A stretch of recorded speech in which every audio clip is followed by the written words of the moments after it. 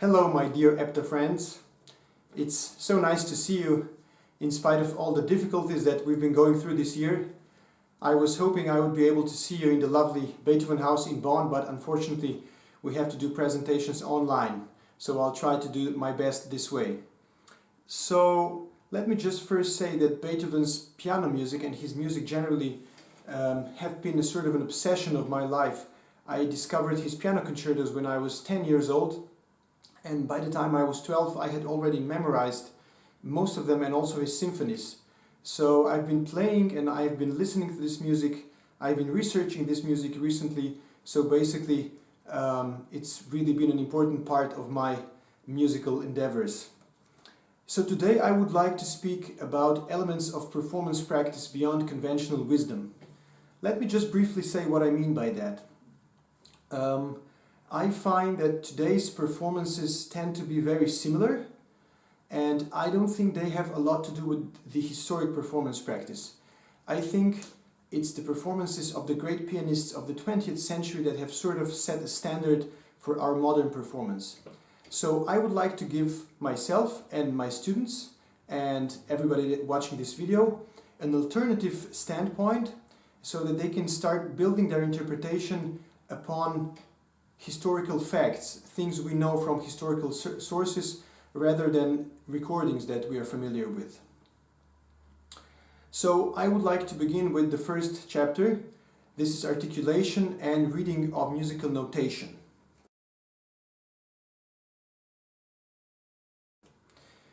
So what is the meaning of articulation? I would like to quote two authors here. The first is Joachim Quantz, from his famous treatise on playing the flute. This is a wonderful book that I think everyone should read. Quantz says that musical execution may be compared with the delivery of an orator. Sandra Rosenblum, in her lovely book Performance Practices in Classical Piano Music from 1988, she says, articulation is a principal element in the internal shaping of phrases and is the clarification of melodic segments and phrase length. Through this clarification, music gains shape and meaning, analogous to that provided for language by punctuation and accentuation. So, of course, we all understand that and we all agree with that. But what does that mean? What change occurs in music if we don't respect the articulation? In other words, is articulation only long and short notes, or is there something else behind it? Now, in the music of the 18th century, and of course Beethoven is an 18th century man, he spent the majority of his life in the 18th century, articulation was not always written down. Beethoven was probably the first composer that tried to write down every single detail. Today's performance is based on the acoustic predisposition of, let's call it the modern Dane piano, even though that's a pretentious term because piano as we know it today was really invented in the 1880s and has changed very little in the recent 140 years. So today's playing is based on long cantabile singing lines because the modern Dane piano has a very long sustain. Whereas period pianos, so Viennese pianos of the 18th century and even early 19th century, had a very quick decay. So the sound was really somewhere between harpsichord and the piano as we know it today. So what does that mean for us? We are going to begin with notes without articulation. So how does one play a note that has no articulation? The modern wisdom would be to hold the note for its entire length. But if we look at historic sources, and I have a few of them here, we see that that was not necessarily always the case. So Carl Philipp Emanuel Bach, in his famous treatise, he says that the note is to be held half its value unless a tenuto is placed above. Leopold Mozart says that a dotted quarter note in a fast tempo is to be played as an eighth note with two eighth note rests, so to be held only for about the third of its written length. We also have a later author, this is Daniel Gottlob Türk. He wrote his Klavierschule. In his second version of Klavierschule, which dates from 1802, so Beethoven is 32 years old at this time, Türk still says that the non-articulated note is to be held 3/4 of its length, otherwise it requires a tenuto. So, Let's look at an example. Here we have the Sonata Opus 2, number 2, in A major, the second movement. As we can see, there are quarter notes, actually chords written in quarter notes, and Beethoven writes tenuto sempre. So that means that those notes are to be held for their entire length. So I think that's also the way we play them today. But the question is, how would we play those notes if Beethoven did not write tenuto above them? I dare speculate that we would still play them tenuto. So this is the way this is normally played.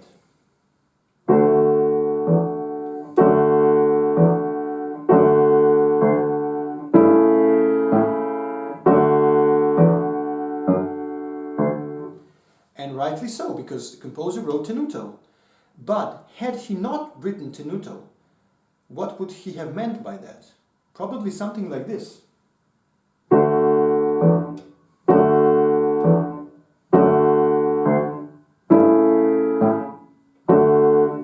Now, we can of course discuss the length of the quarter note. It could be 1/3, 1/2, 3/4, whatever. But the point is that Beethoven writes tenuto because without the tenuto, this note would never be held for its entire length.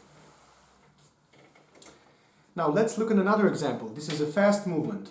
So we are going to see an example from the C major Sonata Opus 2 number 3 from the first movement, bars 5 to 8. If we look at the left hand here, the left hand is playing quarter notes in the lower voice. And the conventional performance practice of the 21st century requires sempre legato. Now we can see that Beethoven placed slurs into the right hand, but not into the left hand. And we know from sources that a quarter note, without any articulation, it's not to be held for its entire length. So let me first play the way this is normally played in the 21st century. Just the left hand.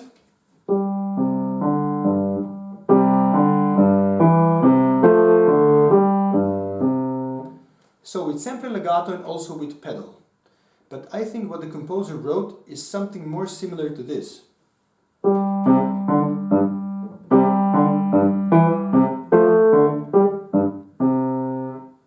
Let's try to play this together. First, according to the modern performance practice.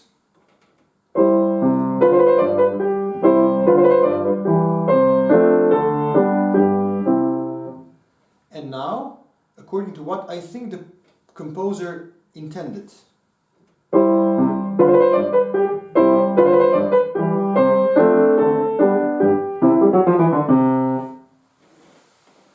So I think it's not a coincidence that the composer wrote slurs above the right hand and not above the left hand. I think we should play two different articulations, and I think this is pretty clear. Now, at the turn of the century, new aesthetics of playing started to arise. Muzio Clementi in 1802 writes that the best thing to do when there is no articulation is to play legato. But this is 19th century, beginning of the 19th century. And also we have to take into the account that Beethoven was known for his legato playing. But his starting point was very different because he was an 18th century composer. And the normal kind of playing for the 18th century keyboard playing was considered non-legato. Beethoven even criticized Mozart. Beethoven was supposed to hear Mozart during one of his performances in Vienna. And Beethoven criticized Mozart's playing for being chopped and detached. So he wanted more legato. But perhaps in his later works, where he starts writing longer and longer slurs, but not in his early works, where he is very clear where he wants a slur and when he doesn't want it. So moving on to the slurs. What is the basic meaning of a slur? It's not just detached or connected. The first note under the slur gets the slightest of emphasis, and the last note under a slur is released. It's short and light. And in 1825, so this is 2 years before Beethoven died, we have a quote from one of his letters. He demands corrections from the editor in a very strict voice, saying that it's not at all the same whether 2 or 3 notes are under the slur. So we can see that until the end of his life, he thought that the slurs really matter. It's not the same whether we have 2 or 3 notes slurred. Let's look at an example here. So let's look at the second movement of the C major Sonata Opus 2. In the right hand, Beethoven slurs the first 2 notes, and then the third and the fourth notes, they have a dot placed above them. Now, modern day performers, if you carefully look at their fingers, they detach the notes, but they pedal them. And we know that we don't hear any articulation in the pedal. This is a physical fact, and this is not to be discussed anymore.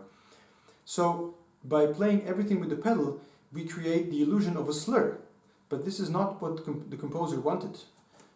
So, the way we play this sounds something like this.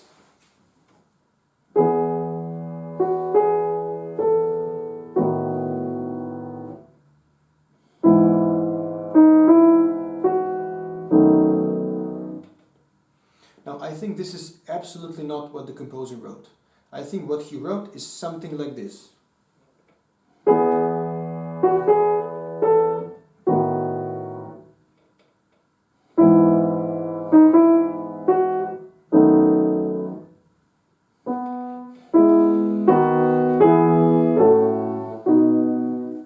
And so on.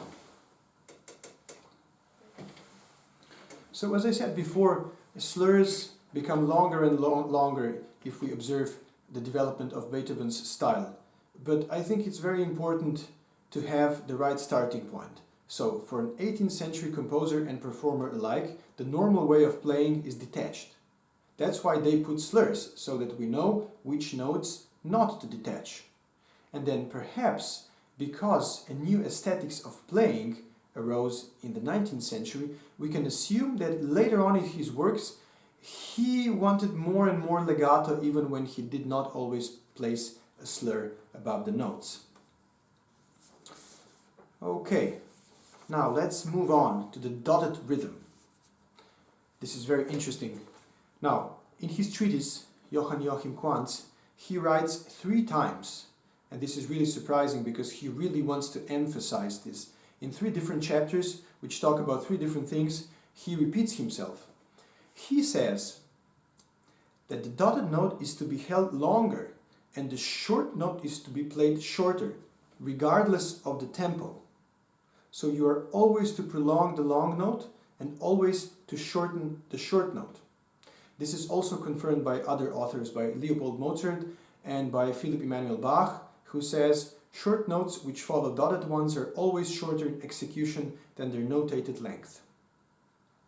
Now this might be very surprising to us modern performers, because we think that we have to respect the composer and then therefore we have to perform the precise rhythm notated. But this was not the case in the 18th century. Now let's look at an example. This is the Marcia Funebre, so the funeral march from his A-flat major sonata.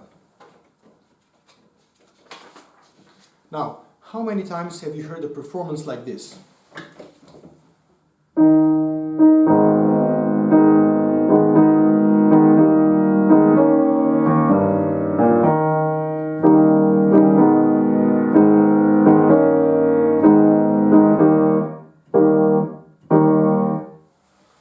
Quantz says that if you respect the dotted rhythm as it is written, the music becomes sleepy, and I think this is a clear example of that.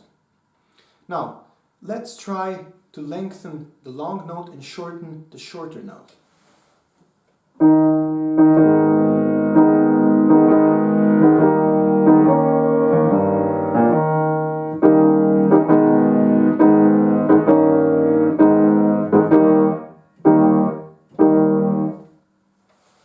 I think this clearly makes for a better character of the funeral march.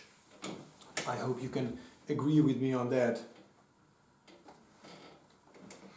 Okay, so the conclusion of my first chapter, so articulation and reading of musical notation, would be something of the following. We try to replicate the musical notation precisely without knowing that things that are written down don't always have their literal meaning.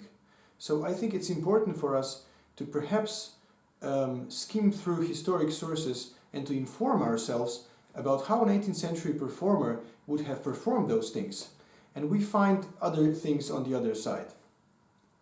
Now, in conclusion, I want to play the beginning of the A-flat major sonata, and I want to end with an anecdote which was told by Malcolm Bilson in his famous video. I think it's called How to Properly Read the Score. He said he listened to many recordings of this first movement, and then he published a paper where he directly criticized the famous pianist for not observing the composer's articulation. And that performer apparently was not satisfied by that, so he wrote back to Bilson saying that he needs to get his ears cleaned. He said, I play all the articulation, but of course I pedal it. So we get back to that. So if you pedal it, then all the articulation is lost. So let's have a look at this sonata. So here we have an example of music which is very rich in articulation. So we have short slurs that connect two notes, we have slurs that connect four notes, we have dotted notes, we have notes without articulation, we also have the dotted rhythm, and then we also have crescendo and we have subito piano with a detached slur, and we also have crescendo and subito piano under a slur. So it's very rich in these little details. So I'm going to play it twice. The first time I'm going to play with pedal, sempre legato, as is tradition in the 21st century, and then the second time I'm going to play the way I believe is much closer to the historic performance practice.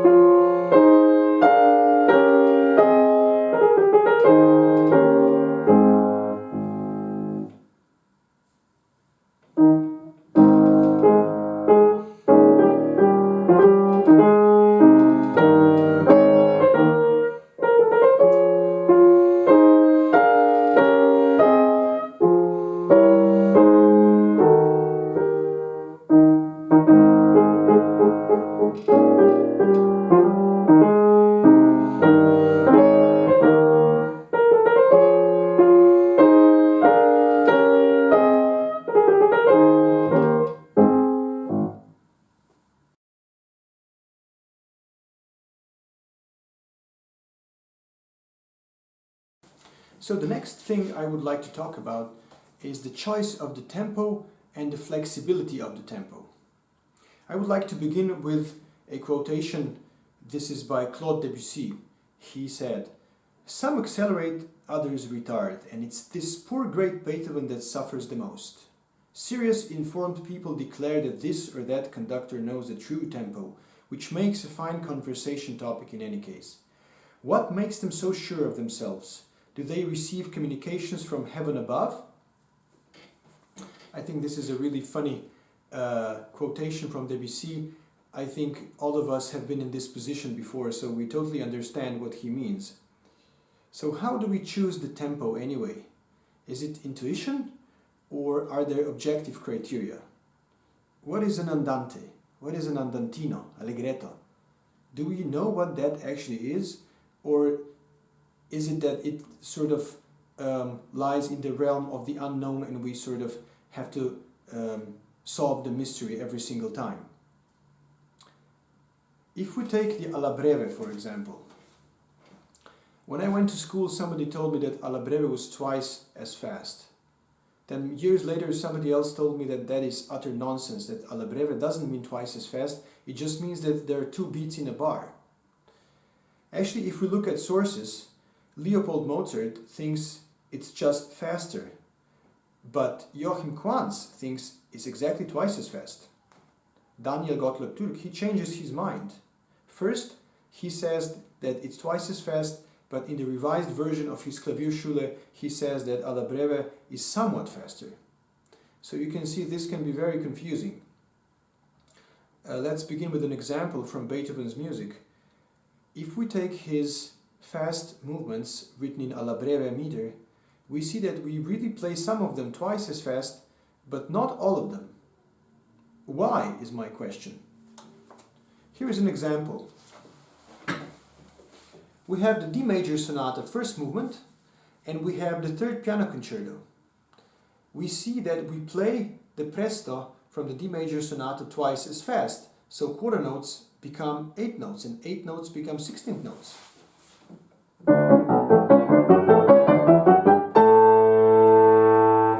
Now the third piano concerto is also written in alla breve, and is also a very fast movement. It's allegro con brio. Imagine playing the third piano concerto at the same tempo.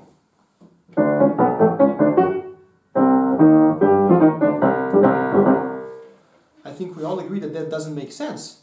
Or if we do the reverse, if we choose the right tempo for the third piano concerto,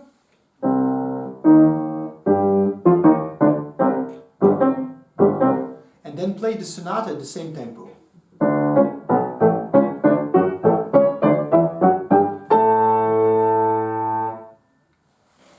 Why is this? Okay, so let's move on to the historic sources of tempo. So we have three authors that are in the center of our attention. Again, the same as in the previous chapter about articulation, one needs to ask themselves, what did an 18th century person know? What was the standpoint of an 18th century person? What did Beethoven know? How was he educated? How would he have gone about choosing the tempo? Now, we know that the French in the 16th and 17th century, they were using the pendulum, the swing of the pendulum, the way we use metronome today. We have, for example, measurements of the length of the string of the pendulum by Léon Pajot from 1753. He writes that if you have a string that's 99.3 centimeters long, that makes for a second swing. So basically that's metronome marking 60. In the Treatise of Quants from 1751, he takes the basic pulse of 80, which is sort of the heartbeat, but perhaps slightly slower, not when you're lying down. And then by dividing or multiplying that pulse by the factor of 2, he gives a chart of pendulum lengths, which we can translate into metronome values. So we can see the table here. So these are Quantz's values for common time, or 4/4, and for common note values. So we can see that in allegro assai, so the fastest movement, quarter note equals 160 beats per minute. So allegro, vivace, and poco allegro is 120, allegretto is 80, adagio cantabile is 40, and adagio assai is 20. So all these rules apply only to the common note values, meaning up to the second subdivision. Meaning if we have an allegro in 4/4, we have quarter notes, 8 notes, and 16th notes. Now in this table we can compare the tempos given by Quantz and Türk, the metronome markings I should say. So you can see that Türk supplies 7 of them. He also gives andante and common adagio, and his values are somewhat slower than Quantz's values. Now, we know what books Beethoven had in his possessions. So he had the following book. It's called Die Kunst des reinen Satzes in der Musik from Philipp Kirnberger. So Kirnberger was one of the leading theorists in the field of music of the 18th century. So he gives 3 criteria for the choice of the tempo. And this is the most important thing to know. So first we have the so-called tempo ordinario, which is the ordinary time. So there was a certain convention among musicians that an allegro is always an allegro, and that allegretto is always allegretto. So Kirnberger, he presents 5 fundamental tempi. This is largo, adagio, andante, allegro, and presto. Then the second criteria is the meter. So for example, a beat in 3/8 is faster than a beat in 3/4. And a beat in 3/4 is faster than a beat in 3/2. And then the third criteria are the note values, or the number of subdivisions. So in other words, an allegretto in 3/4 that has 16th notes is faster than an allegretto in 3/4 that has 32nd notes. So if we have smaller note values, that means that the beat has to become slower. So these are the three fundamental criteria behind the tempo choice, at least for somebody that stems from the 18th century. So, of course, young Beethoven, he was a man of the 18th century. He studied in the 18th century. He even used the treatise of Emanuel Bach for his teachings also in the 19th century. So we can sort of conclude that Beethoven would have known those things and that he would take them into the account. We have an example from 1790, so this is very young Beethoven. He wrote a song called Klage, which stands under the number of Werk ohne Opus 113. So he first wrote the song in 2/4 with 8 notes, but he wanted it to be slower. So he changed the 2/4 with 8 notes into 2/2 with quarter notes. And this is very interesting for us to observe. He did not change the Italian expression, but he changed the meter, and thus he also changed the note values. And by that, he changed the tempo. I think this is a bit surprising for a 21st century performance. I think this really stands beyond our modern conventional wisdom, so it's worth emphasizing. Okay. So in 1826, so moving from his early times to the end of his life, 1 year before he died, Beethoven called for the abandonment of tempo ordinario. So he said that surely we cannot only have 5, 6, 7 common times, but the creative genius requires more subtle nuances. So perhaps this is also one of the things that changed during his lifetime, the same as with articulation. But it is important to have the right standpoint. Now in 1813, Melzel, the Viennese inventor, he invented the metronome. It was first called the chronometer, later known as the metronome. Beethoven praised it highly. He was, together with Antonio Salieri, one of the first composers that received the metronome. I have a quotation here from Wiener Vaterländische Blätter from 1813, saying, Herr Beethoven looks upon this invention as a welcome means with which to secure the performance of his highly original compositions in all places in the tempos intended for them, which he regrets is so frequently lacking. And then another quotation, this is a letter by the composer himself from 1817. As far as I'm concerned, I have been thinking for a long time to give up these absurd terms allegro, andante, adagio, presto, and Melzel's metronome gives us the best opportunity to do so. I give you my word here that I will use them no more in all my newer compositions. And of course, again, as a real, true creative genius, Beethoven was not able to keep his promise, so he continued using Italian expressions. The last quotation by Beethoven, December 1826.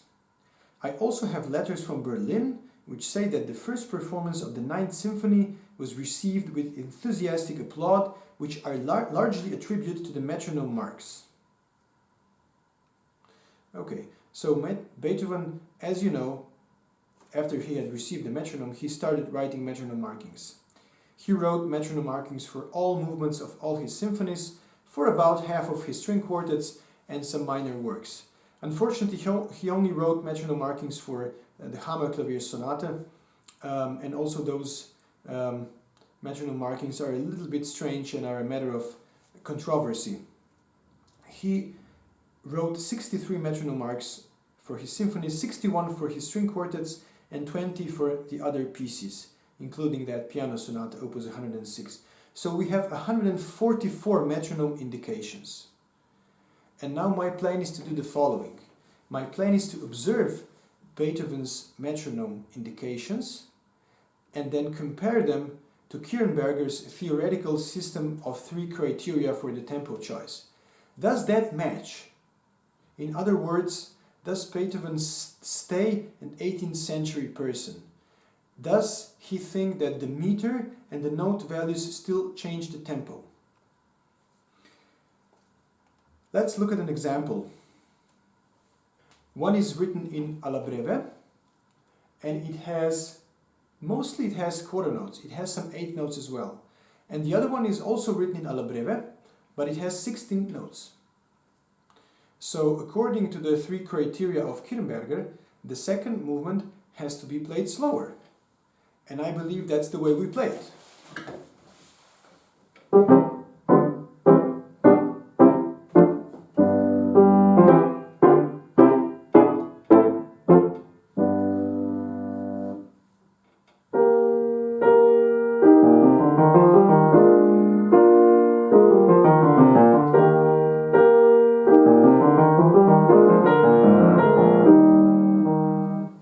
So if you hear somebody play the second movement of the G major sonata in the same tempo as the first movement of the E flat major sonata, that person is surely mistaken.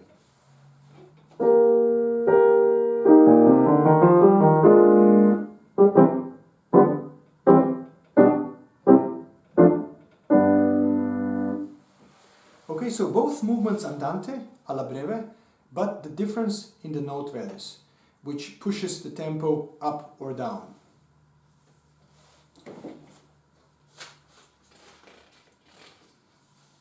I have another example here. Let me play the beginning of the Pastoral Symphony.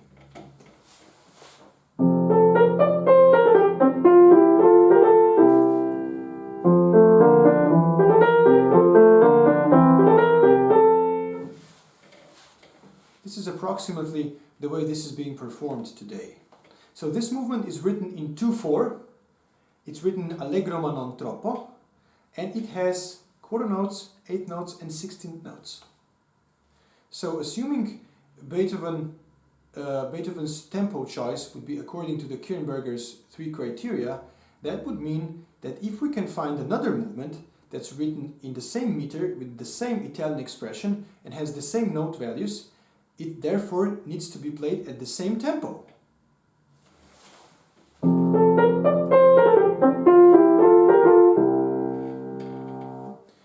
What is the movement from the piano sonatas that's written with the same meter, the same number of subdivisions, and the same Italian expression? It's this one.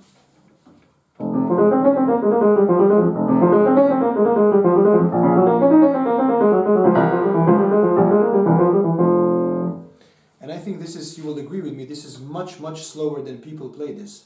People play this something like this.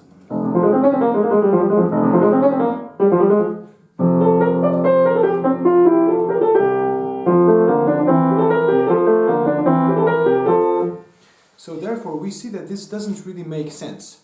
So the modern performance practice of the third movement of the Appassionata has come very far from how the composer would have intended it to be, most probably. Okay, so we come to the most important point in the chapter of the tempo choice. And that is that the character of the piece does not determine the tempo. Okay, how many times have you told your students that first you need to discern the character and then the character will determine the tempo? You will find the right tempo according to the character of the piece. Now, according to the historic sources we have, I must say that this is probably completely wrong. We do not have any single source, any single author claiming that the tempo of the piece depends on the character. On the contrary, the tempo will determine the character. So again, the modern standpoint is very, very different from the historic standpoint. First, you need to look at the most important criteria behind the tempo choice, and then you will discern the character of the piece. Okay, as you know, we have many other metronome indications by other people, by Beethoven's students and by his disciples and by his contemporaries. And here I have to mention the most important ones. Those are by Karl Czerny, by Ignaz Moscheles, and by Karl Holz. Now, Karl Czerny, I don't know if if people mostly know that or not, but Karl Czerny, he wrote metronome markings for all Beethoven's sonatas 6 times altogether. Okay? And if we compare them, there are slight differences, but perhaps the most important ones to observe are the earliest that he wrote. Going back to the example I played, so the two movements, which are both in andante alla breve, if we look at Czerny's metronome markings, because we do not have the metronome markings from the composer himself, Czerny gives a quarter note 112 to 132 to the G major sonata second movement, and then he gives quarter note 66 to 72 to the first movement of the E flat major sonata. So that fits perfectly. We can see that the E flat major sonata first movement is almost twice as slow. So this is the significance that the note values have. Now, I want to speak briefly about the flexibility of the tempo. Now, Beethoven's playing was described by numerous people as very flexible. We have many people that listened to Beethoven's performance, and they all agreed that his playing was very flexible, that he changed tempos during the performance of the same piece, but he always came back to the initial tempo. Now, Beethoven himself said, when he wrote a metronome marking, which, by the way, in the old editions you can still see MM equals and then the number, which means Melzel's metronome. So Beethoven himself said, 100 according to Melzel, but this must be considered applicable only to the first bars, for sentiment also has its tempo and cannot be completely expressed by this number. This is a commentary he wrote above one of his songs. Now, again, thinking about the way I was educated musically, they told me that you are never ever to change the tempo during a performance of a movement of a Beethoven sonata. For example, you cannot change the tempo going from the first to the second theme of the Waldstein sonata. I think this is a very famous example. Again, I think the modern view of that is entirely wrong. We do not have a single source claiming that you must play metronomically without any tempo flexibility all the way through. I think this is a modern misconception. Now, I want to conclude with further examples. Here you can see a table of 6 andante movements from different Beethoven's works, from his string quartet sonata opus 109, from his 9th symphony, sonata opus 26, the 6th symphony and the 1st symphony. All these movements are written in andante. They have additional Italian indications con moto cantabile moderato. Some of them are written in 3/4, the others are written in 3/8, and we can also see the note values. 4 of those movements have Beethoven's tempo indications, and 2 of them have Czerny's metronome indications. Czerny's we can take as the second best. Okay, now let's try to compare those movements. If we take the movements written in 3/4, we see that they have different note values. Okay, that the one that has the 16th notes has to be played slower than the one that has quarter notes. If we take the further 3 examples, the ones that are written in 3/8, we can see that the Sonata Opus 26 Andante is to be played at 8th note equals 80, and it has 30-second notes. And then the movement from the 1st symphony, which has the 16th note triplets, is to be played faster, because the 16th note triplets are slower notes than the 30-second notes. So we can see that more or less, according to this chart, metronome indications fit the old criteria for the tempo choice. They don't fit perfectly, but they fit to the degree that we can say that it's reliable. Now, another example. Let's look at these 2 movements. They are both written in andante. One is written in 3/8, the other is written in 3/4. So we know that the one in 3/4 is to be played slower.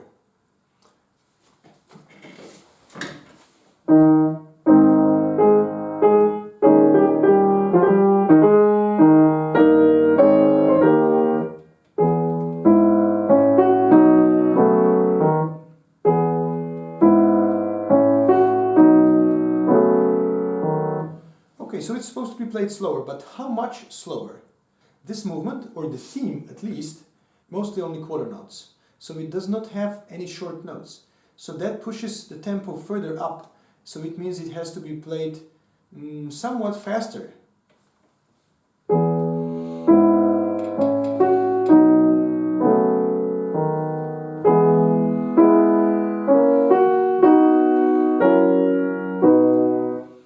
Okay, so your final choice of tempo, of course, is always a matter of speculation and discussion. But the point is that those who play this movement very, very slowly are surely mistaken. I think you often hear this movement being played at something like this.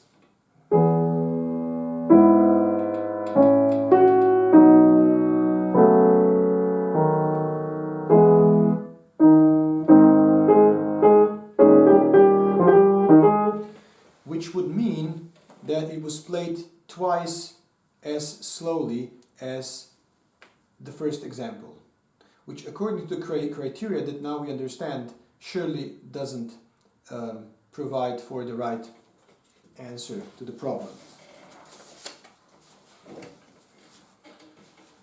Okay, so in conclusion, Beethoven's intended tempos are determined by the time signature, the note values, and the Italian tempo indications.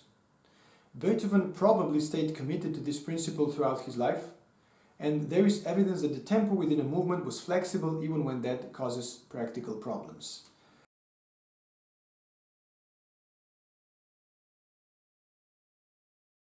So the last thing I want to address in today's lecture is the range of Beethoven's keyboards and the problems that presents to us today. So here we can see the table of all the pianos that Beethoven owned, might have owned or played them for a brief period of time. So the most important are the 7 pianos which he had at his house. So the Viennese Stein and Streicher, and then Walter, and then he was given an Erard from Paris. Then he probably bought another Streicher. Then he received the gift from London, the Broadwood piano, and in his final years he received the Graf piano, which was a special piano custom made for him with quadruple strings, because Graf wanted to try whether he can make a piano that Beethoven would be able to hear. So the most important thing to note here is that Beethoven grew up with Viennese pianos. The first time he came into the contact with English action was in 1803, so he was 33 years old. He was already in his middle period.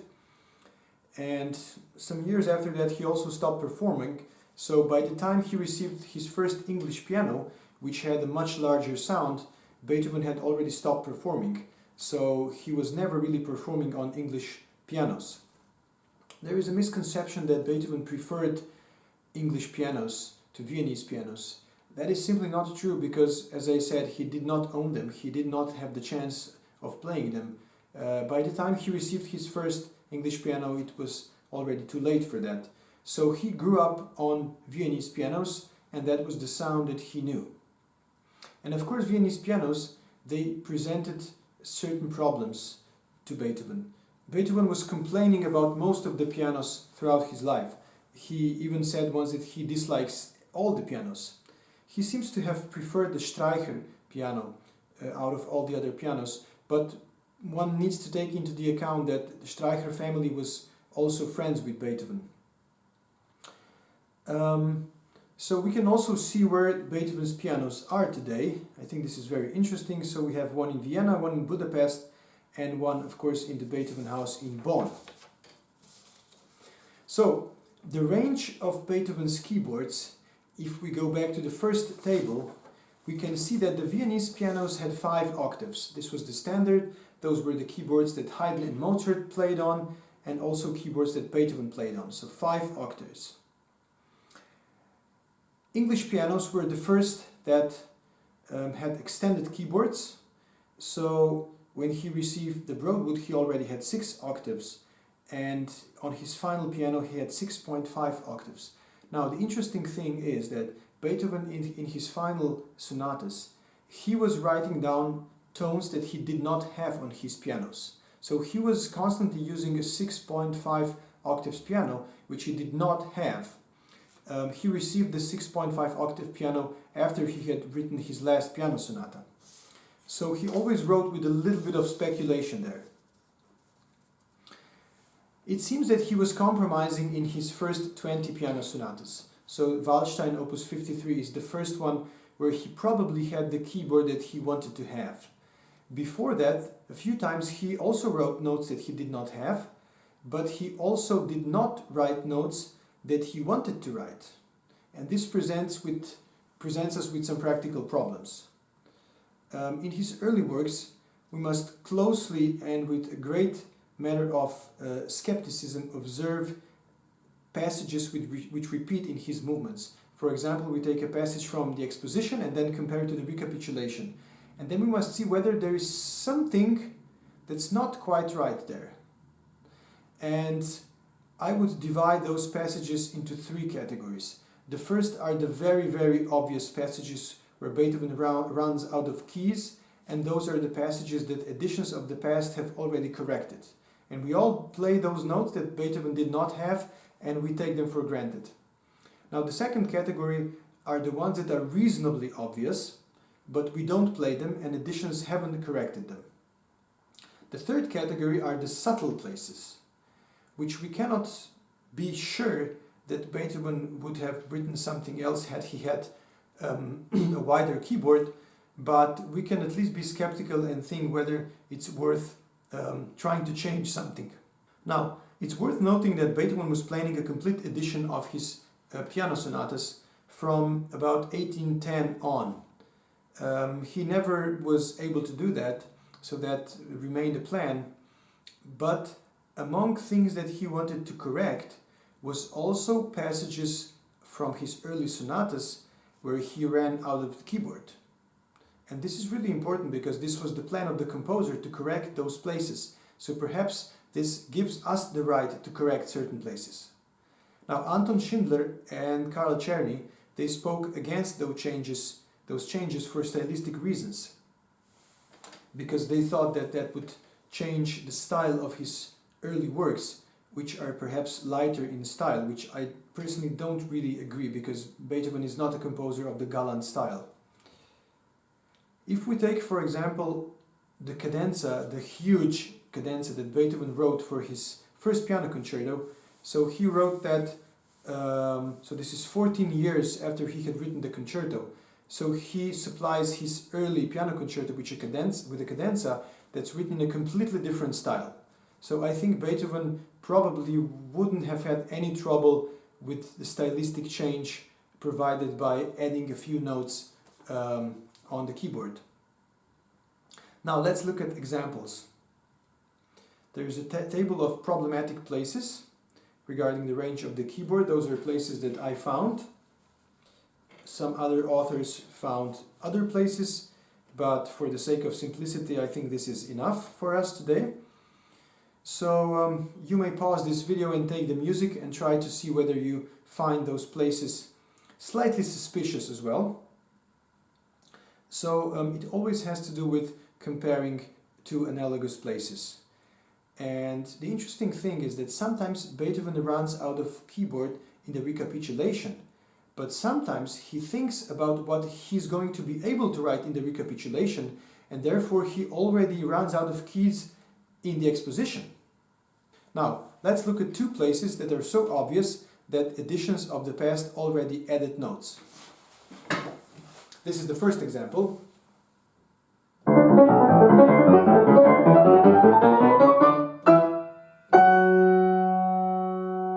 So Beethoven doesn't have the F sharp here.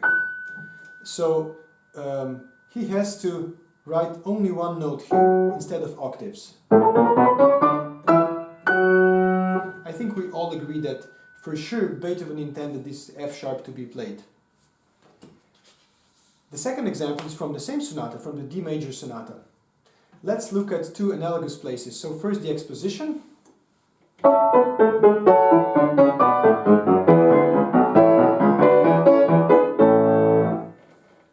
So there are octaves in the left hand. But then Beethoven in the recapitulation, he runs out of keys.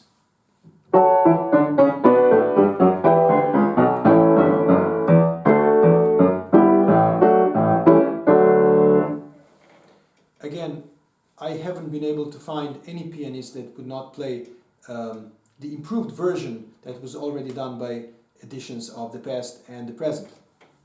So those are two obvious places.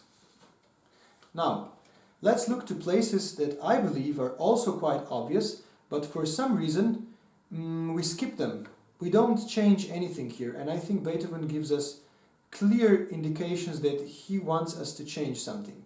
So the G major sonata, opus 14, the first movement, so this is the principal theme.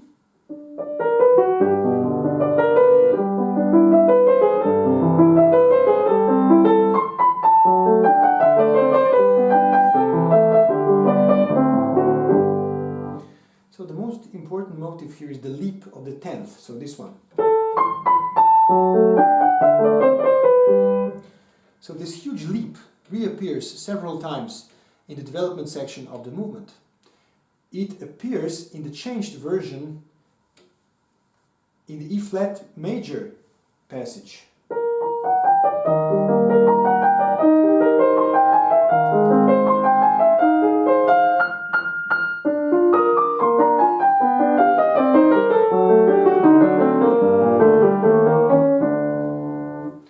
So is there anybody that really believes that Beethoven would not have used the A flat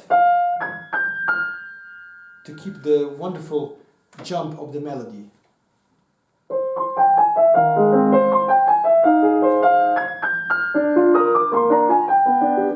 But for some reason we don't see that, and nobody plays it. And I think it's absolutely crucial to help the composer here, because the poor man did not have the A flat on his keyboard.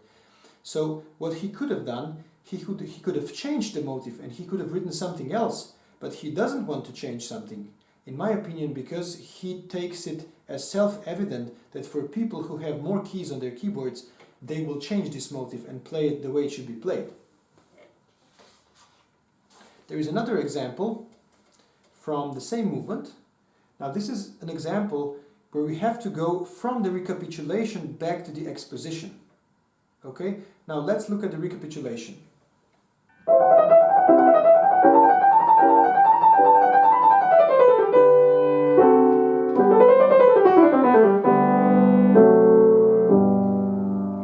So we have the first degree, the second, and then the conclusion. But let's see what happens the first time.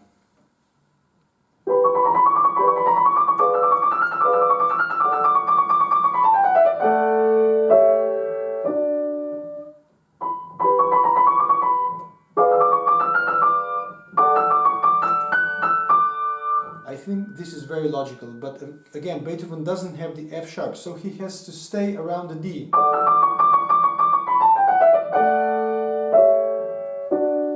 Whereas the second time, he can play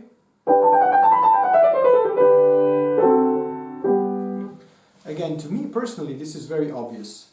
So it sounds much nicer, and it's one of those places again where the composer could have written something else, but he chose not to, because it was obvious to him that the interpreter of the future would see the lack of keys on his keyboard and would correct that place.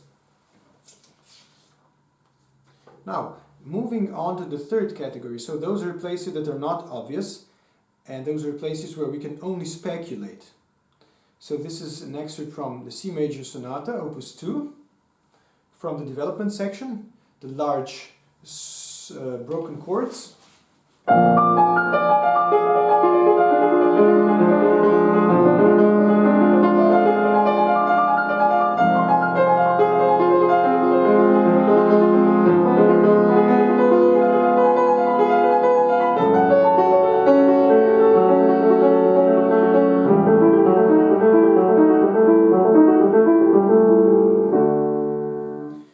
I think there is something suspicious about this. Let's see the chord progression.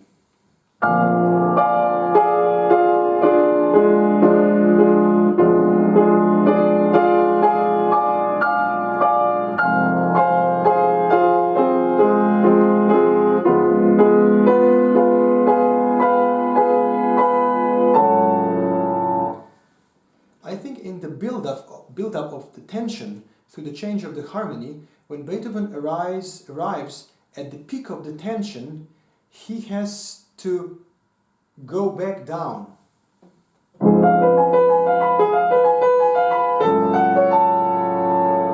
And he doesn't really arrive at the highest point on his keyboard. I think perhaps what he means is the following.